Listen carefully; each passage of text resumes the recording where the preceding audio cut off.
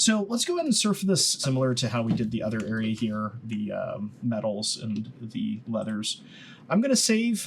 This will probably break off into a new iteration at some point, but we'll start with this. And I'm going to take a similar approach to what I did before. We were getting a lot of pulls and a lot of, pinching in this. So I'm just going to delete lower on the subdivisions here. And what's interesting is it actually looks like it put that into a Dynamesh. So let me undo this. I'll keep those there, and let's come into the geometry Dynamesh here. I'm going to crank this to like 4096 and just click Dynamesh here and hit no, and we'll go ahead and let this Dynamesh. And you'll see we actually have more polygons now. This is about 1 million per glove at 4096, which is fine. If we need to, we could divide that again, but this will give me what I was looking for. I'm going to do the same treatment here using our layers.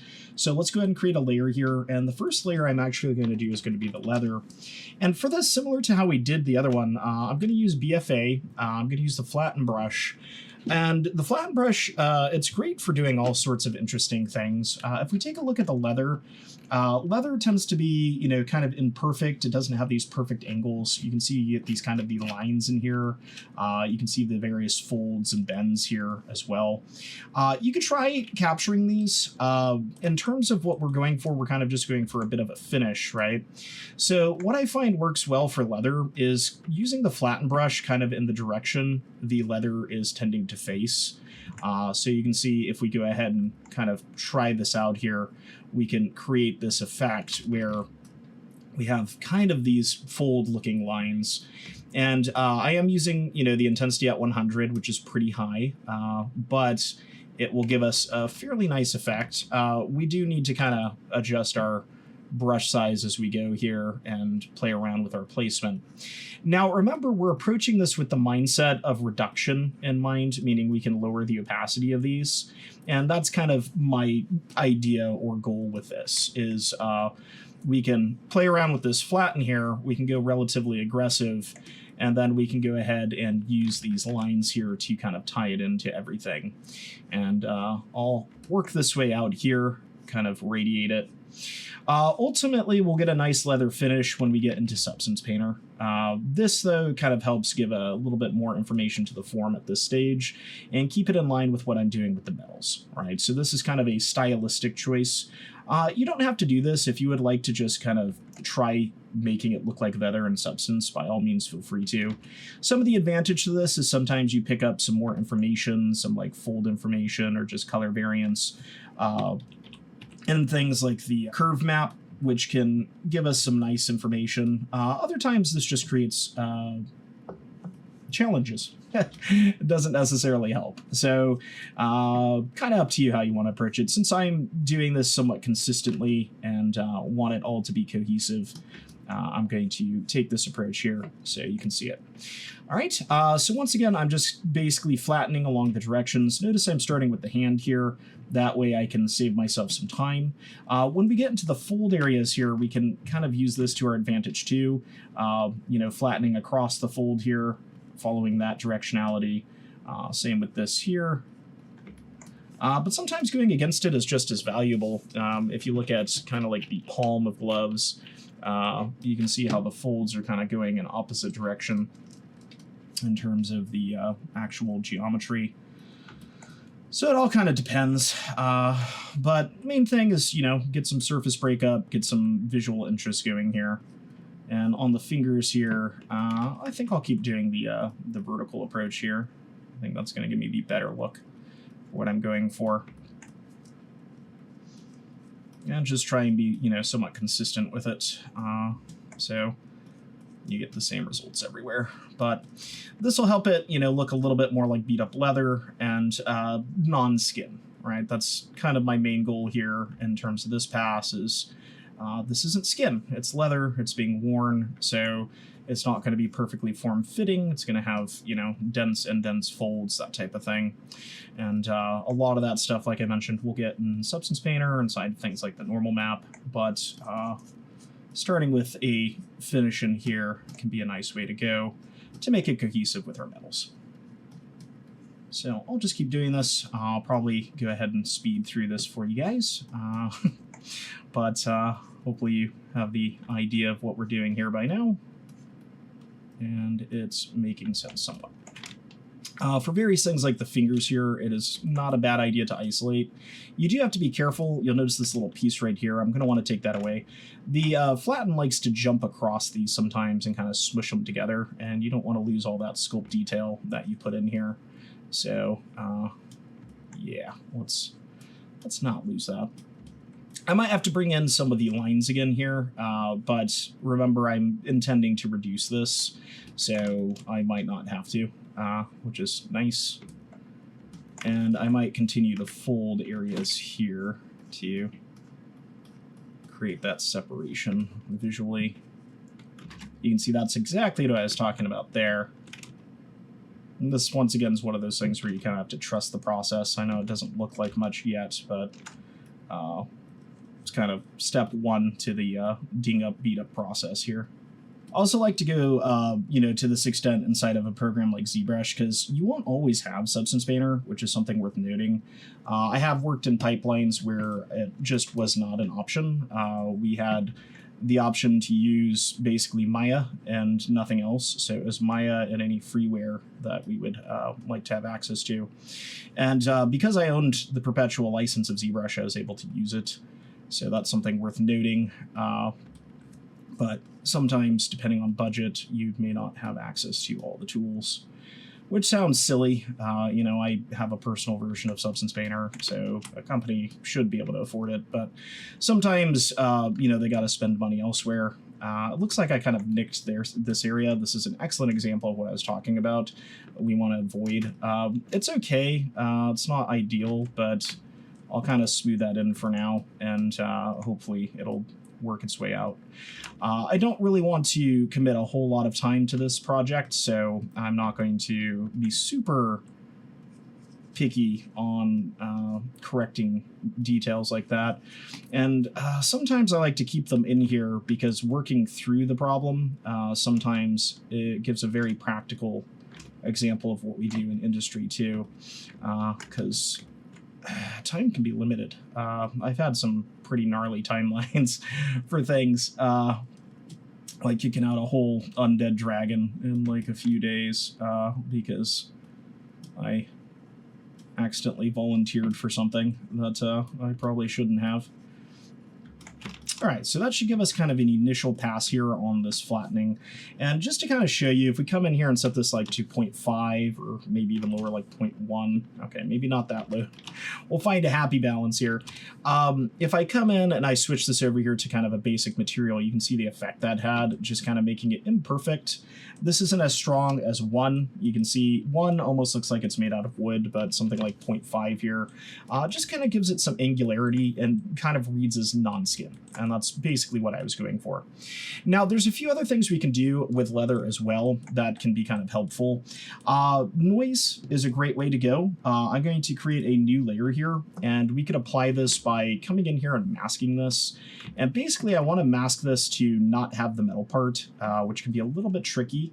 And sometimes the best way to do that is kind of start your mask next to it and then just kind of ramp over. And it's okay if it, doesn't cover this area fully. But with that mask, we can come down here to the noise inside of ZBrush here. And we can give this some surface breakup. So that's going to be under surface here, noise.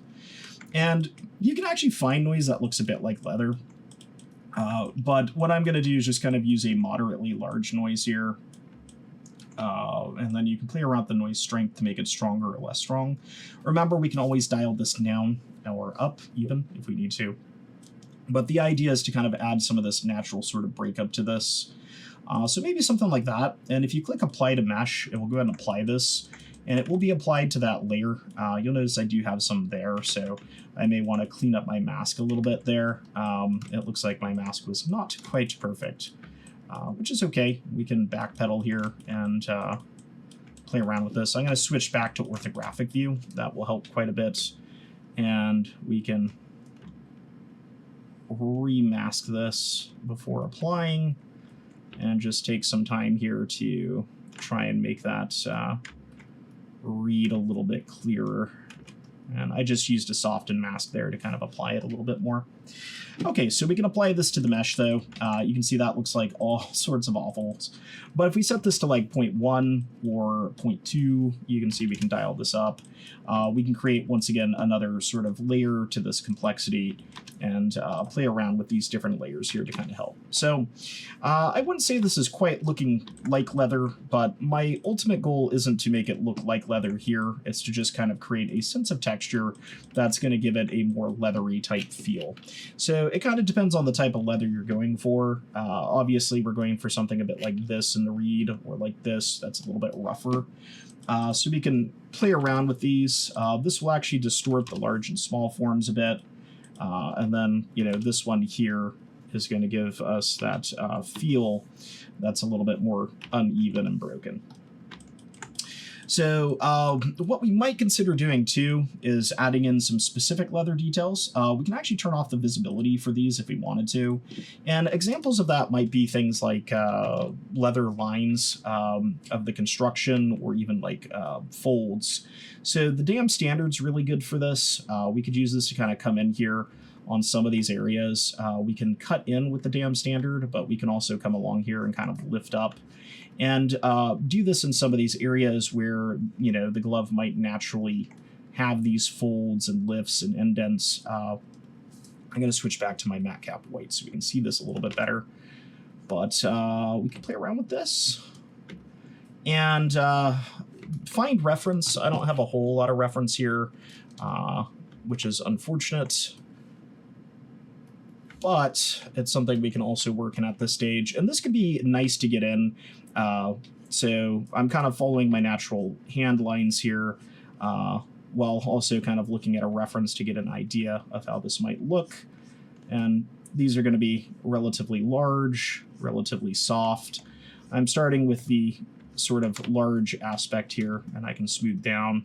And once again, I'm designing with layers in mind for this. So I know that I can, you know, take the layers, I can make them more intense, less intense.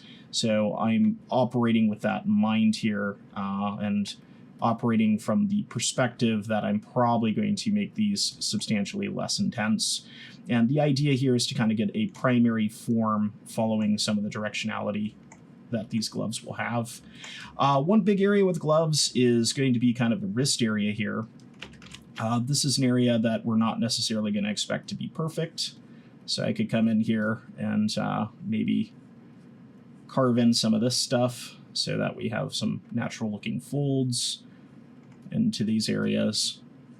And even up here, you know, maybe I'll go less aggressive on the positive and more aggressive on something like the negative. We can continue this line back probably. When it comes to the individual fingers, usually one side's more bendy than the other, but we'll still end up with quite a bit of these lines here. So we'll just kind of continue this out. And any areas that bend on cloth tend to have radiant lines from the point of bending. So something like the fingers here, you know, I might make these a smidge more dramatic, but also come in here and carve in additional lines so that they're not just singular, and there's an area they kind of bend around and distort around here. And maybe even have angles heading back in to the side areas, which will help. And this is something that's a lot harder to do in something like a Substance Painter after the fact. It's easier to get into your sculpt detail to really kind of get this nice feel going for this directionality. Like I mentioned, you know, work from reference. I'm not exactly working from reference. I'm just working from how I know things generally go. It's not a way you should work usually. Our first impression of things is often not exactly accurate, but either way, I think this is going to add a good deal of character to my design. And since it's stylized, sometimes doing things from the imagination or from memory can actually be an okay approach if you're going to do that somewhat consistently. So kind of up to the artist and the project at the end of the day, but something like that gives me an interesting look to that finger. I feel like we could do more on the fingers too, just kind of playing around with getting them to kind of come back towards the line here and just having some variance in terms of their leatheriness. All right, so take a similar approach to all of them. So I'm going to come in with this one here. You can see we have that area kind of sticking out. I'll just smooth it in a little bit and work this in again and get to this sort of convergence point here. That is going to be our main area. Do the same thing here. Kind of come down and up. And leather gloves are a particularly odd area because there's just so much movement, and depending on the type of material they're made out of, they're going to be more or less stiff. So it also depends on the type of leather they're made out of. I'm going to smooth that in there. Since these are just wrinkles anyway, I don't really have too much of an issue with that overlapping here. All right, so same story here, kind of coming over, coming up. And once again, I just want you to imagine, you know, lowering the resolution of these, lowering their intensity. I'm going way too intense here, but after all this stuff has been applied and layered on top, it should be reasonable. And the nice thing is with layers, if you decide you don't like it, you don't have to keep it. So there's also that. All right, so that should give us kind of a base pass there on these. I'm going to try and smooth out some of them since I'm working at such a high intensity. A lot of these have some funky artifacts. We can continue out some of these areas too, like this hand area. This feels very plain coming into here, so I might just kind of give this some soft lines running down into here using a larger dam standard, and then kind of wrapping these up and over. And then when it comes to the top here, we can also kind of continue some of these lines here to indicate, you know, different areas that might have folds to them based on the hand's movement or the glove or the leather. I might even come along the top here and maybe think about how this would bend around the knuckles. You know, maybe we have some positive shapes around the knuckles here on these various areas where we're going to have bending. That way we have some volume. And now instead of our volume just being driven by that base where we added in a bit of information, it's actually being driven here by, you know, the idea of this being able to bend and function. Kind of tying those into each other where possible, since I have a few indications here, and we get that interesting stylized look. So now you can see that's a lot different. We can continue smoothing this. You could also play around with the polish feature, but in this case, you know, once again, if I set this to like 0.2, you'll see we just kind of get an indication, or 0.5, and we can start bringing on our other layers here. You'll see how it kind of helps mask some of those larger shapes and start bringing it into a more cohesive look with our other image here. So I'm just going to continue dialing these, and since these are on layers anyway, we have full control over these. I think I'm going to take this a bit more subtle on that, where we're just getting some of those wrinkles, but you'll see how that's going to kind of help sell this look. And remember, the matte cap basic here is going to be really how this ends up reading.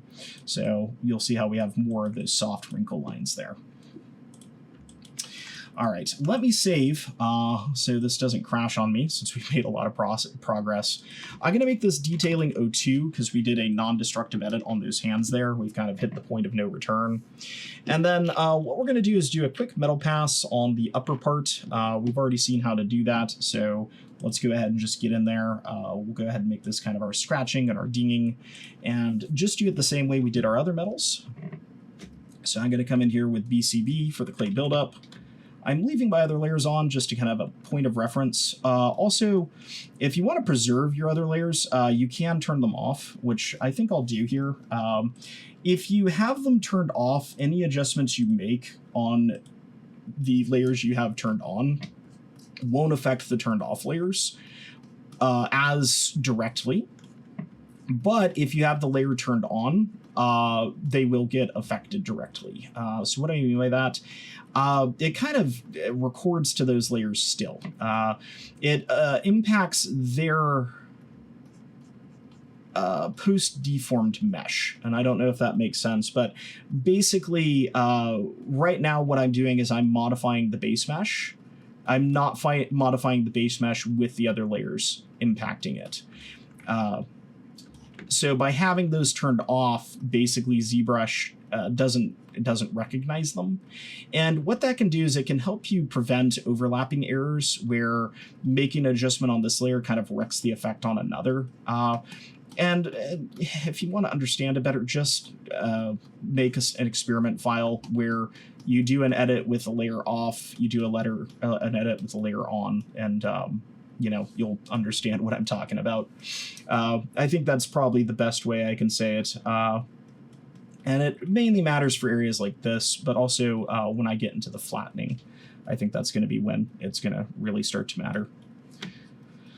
Differentiating materials with sculpt detail is kind of a good thing to do, especially if you're going to go down the route of something like 3D printing as well. I like to do it, like I mentioned, in the sculpting process, because sometimes the effects are just things you can't get easily in Substance Painter and you want them later. It kind of depends, though, because they're a little bit harder to undo. But if you use the layer approach, it's just a matter of turning them off, so not too bad. Okay, so we're going to go back to the flat. Remember, for metals, tiny little circles. So I'm just going to move in tiny little circles here, kind of get this to be beat up and uneven, and similar to our other looking metals is our goal here. And this will give us the same sort of material detailing we're seeing on the leather, which will be nice.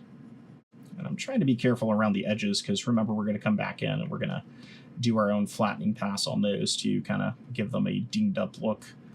But once again, just making these surface imperfections, this gives it a nice bit of information for the curvature to latch onto, makes our normal map look a lot more interesting, and it tends to create a more realistic looking feel. Obviously, our character is highly stylized, but this will give us, a cool level of stylized realism.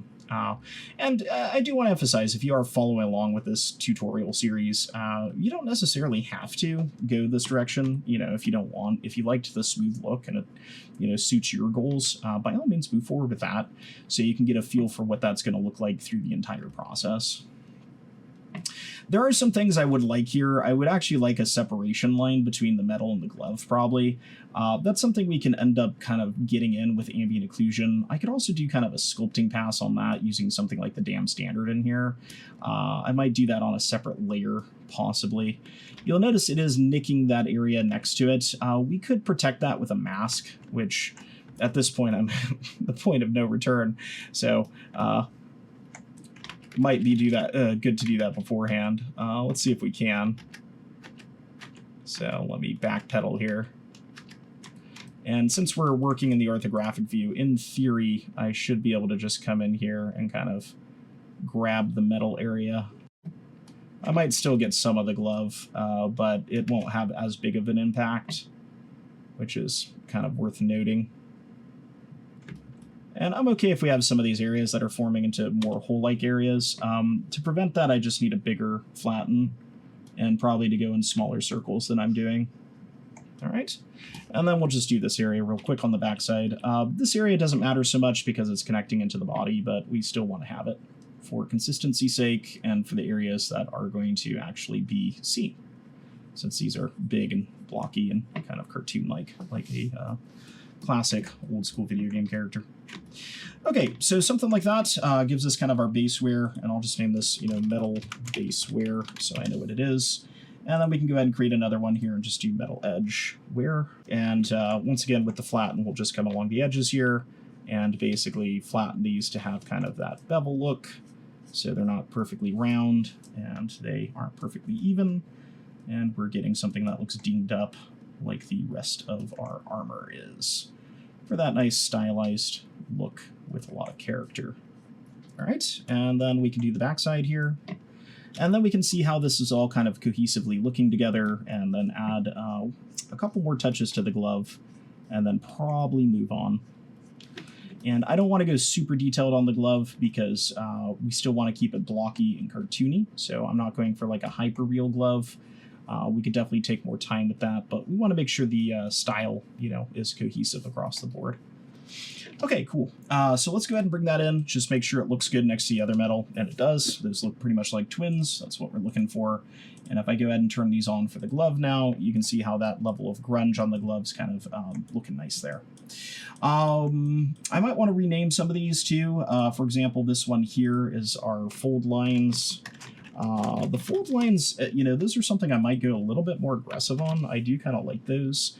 So I might actually bring those in here higher. I think that actually does look kind of cool in terms of kind of matching that texture.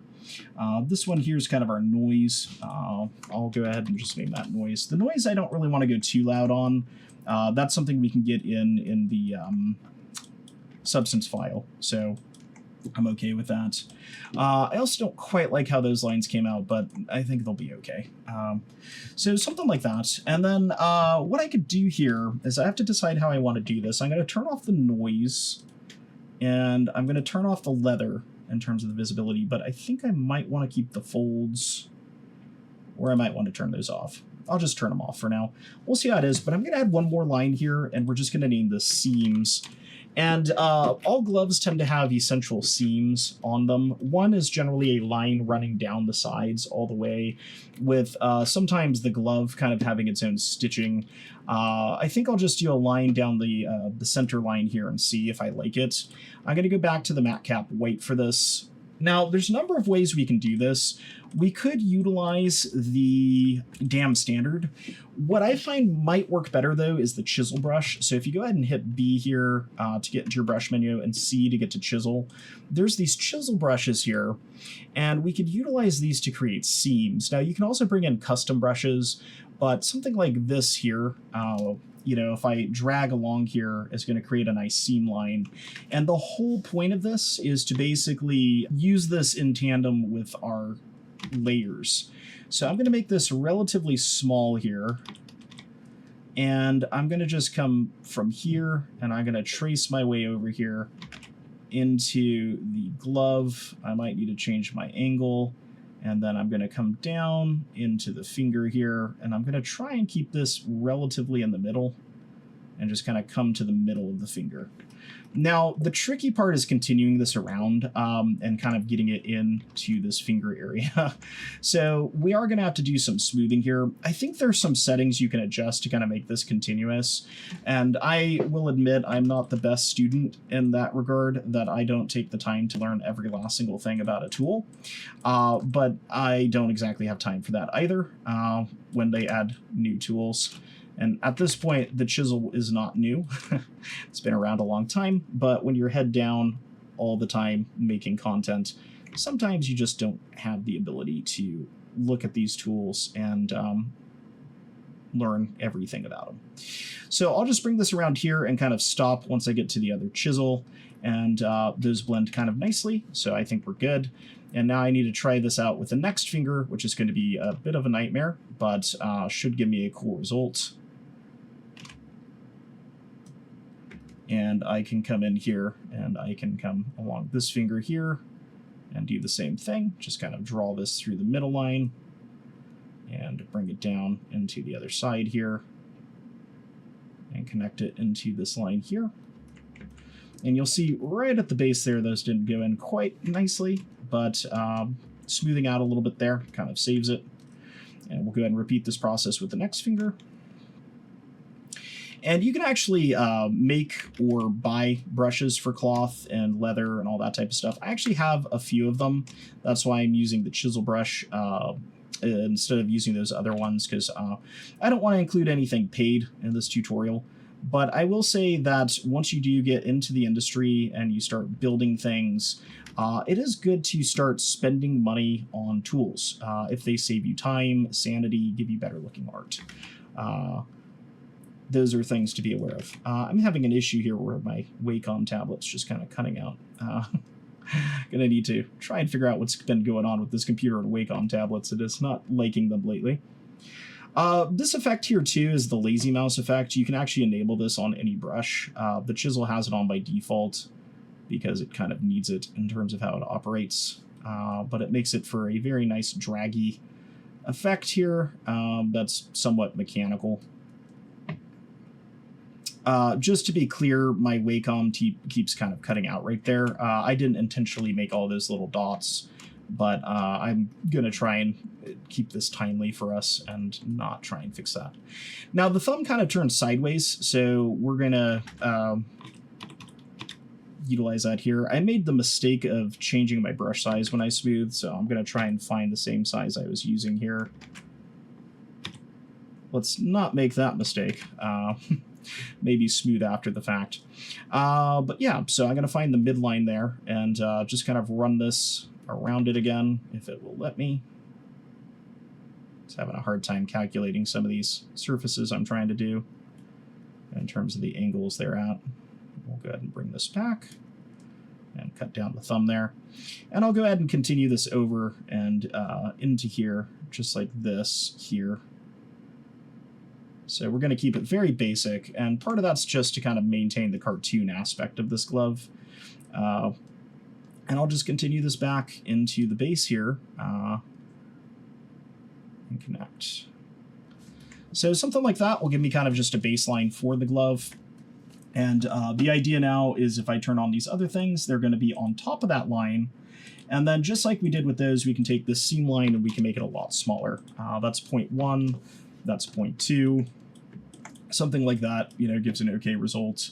One thing I might do looking at this, though, is come back to the record layer on this and just come in with the smooth and smooth this out aggressively so that we're not getting those dotted and dashed lines, and we're just getting a nice rounded fold. And like I mentioned, I would normally use brushes specifically made for this that I have custom. Either I've made myself or purchased, but for the sake of just kind of giving you what's in the package here and a solution, let's stick to these. So something like that. Some of those areas are getting a little snagged, but that's okay. And you can see as I add these in, though, it interacts and adapts with all these other ones. Not necessarily as if they were there, but you know, gives us that effect. Now remember, we do want to preview this on something like the base material, and if we want this to be intentional looking, I might need to go a little bit higher, like 0.5, where that will show up, or, you know, 0.4. You'll see one's probably too intense, but maybe not. You know, one might actually be okay for this, depending on how apparent we want that to be. In the case of this, I might do something like 0.5. I think that looks okay, and it kind of helps with the leather glove look that we were going for there in terms of that seam line and its location of being kind of stitched together. I don't know if I like it, though. It might not be cartoony enough. It might be too detailed, which is weird to think, but we'll keep it there for now. Maybe once we get the cloth and other stuff in there, it'll read a little bit nicer. All right, so I think we'll call it there for the glove. So I'm going to save, and we'll need to work down to something like the boots next to kind of give them a leathery look and kind of change their shape. But hopefully that gives you an idea on approaching the gloves there, cleaning up the hands, and then maybe adding in a little bit more leather-like detail in the sculpting pass before we get over into Substance Painter. Be sure to like and subscribe so you can catch the next video in the series when it goes live.